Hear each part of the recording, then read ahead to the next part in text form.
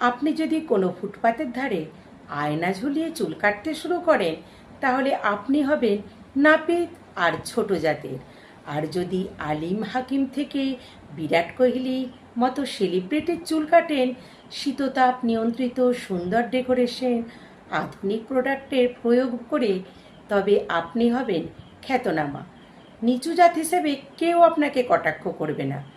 যখন আপনি অর্ধনগ্ন ড্রেস পরে কোনো অর্কেস্ট্রায় নাচবেন, আপনি হবেন নষ্টা মেয়ে, চরিত্রহীন।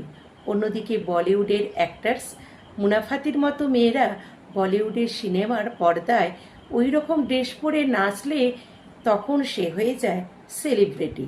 অন্যদিকে অ্যাপেল কোম্পানির জল মুদিখানা দোকানে বিক্রি করলে 1 লিটার 20 টাকায় পাওয়া যায়, আর ওই জলই 1 লিটার এয়ারপোর্টে 200 টাকা। একটা মেয়ের স্বামী মারা গেলে সে জীবনসঙ্গী হিসাবে কোনো পুরুষকে বিয়ে করলে বলা হয় চরিত্রহীন।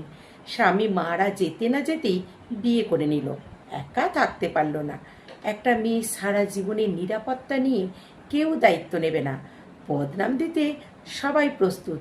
অন্যদিকে বড় সেলিব্রিটিরা 3-4টে বিয়ে করলে তখন তাদের বিয়ে করার জন্য সবাই কিন্তু পাগল। শব্দটা তখন মুছে যায় তাদের জীবন থেকে। একজন সুন্দরী মেয়ে টাকাওয়ালা কুৎসিত মানুষকে বিয়ে করলে সে হয় লোভী।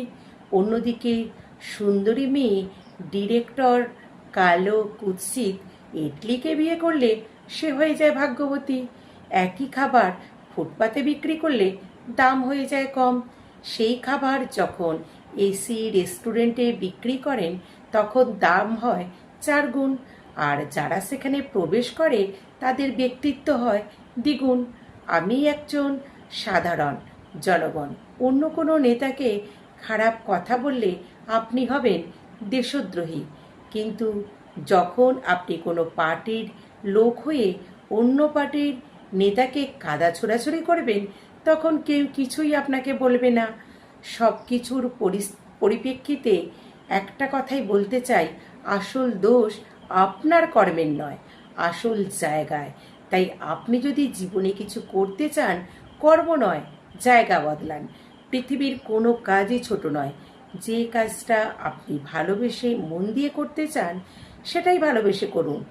আর এটা খুঁজতে থাকুন সেই কাজের আসল মর্যাদা কোথায় আছে। গোয়াতে যদি আপনি আন্ডারউইয়ারের পরিবর্তে সোয়েটার বিক্রি করেন, সেটা কোনো দিনই চলবে না। কিন্তু ওই সোয়েটার কাশ্মীরে বিক্রি করলে কদর করে কাস্টমার সেটা কিনবে। তাই কর্ম নয়, রাস্তা বদলান। কর্ম ততক্ষণ কেউ মূল্যায়ন করবে না যতক্ষণ সেই কর্ম যোগ্য স্থান পাবে। তাই সজাগ থেকে এগিয়ে যান।